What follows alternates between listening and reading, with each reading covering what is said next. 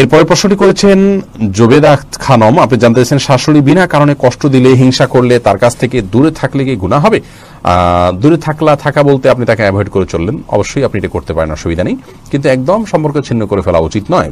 সবর জিনিসটা কেন, আপনি অনেক সময় অনেক থেকে কষ্ট পাবেন, কিন্তু তার সাথে সম্পর্ক ছিন্ন না করে কষ্টকে সয়ে নেবেন, এর মাধ্যমে আল্লাহর কাছে আপনি আজর পাবেন। তবে অবশ্যই আপনার ধৈর্যের বাইরে চলে গেলে আপনি তাকে অ্যাভয়েড করতে পারেন। এরপরে শাইমুল আলম সায়েম, আপনি জানতে চেয়েছেন যে বছর ঘর বাঁধে ওই বছর নাকি বিয়ে করা যায় না। না, এটা সম্পূর্ণ কুসংস্কারের জন্য কথা। এটা হয়তো ফিনান্সিয়াল কারণে কেউ এটা শুরু করেছেন যে ঘর বাঁধলে ওই বছর পয়সা করে সব খরচ হয়ে যায়, ঘর আর বিয়ে করা যায় না, ওই দৃষ্টিকোণ থেকে হয়তো বলেছেন। ধর্মীয় দৃষ্টিকোণ থেকে এটার কোনো ভিত্তি নেই। মোহাম্মদ বাদল কবিরা জানতে চেয়েছেন গোলাম রসুল নাম রাখা যাবে কিনা। না ভাই, গোলাম রসুল নাম রাখা ঠিক না। গোলাম মানে দাস অথবা শিশু, আরবি ফার্সি দুই ভার্সনে হতে পারে, এটি দুই ভাষাই হতে পারে। তো রাসূলের শিশু বা রাসূলের দাস কোনটি আমরা নই, যার কারণে এরকম নাম রাখা উচিত নয়।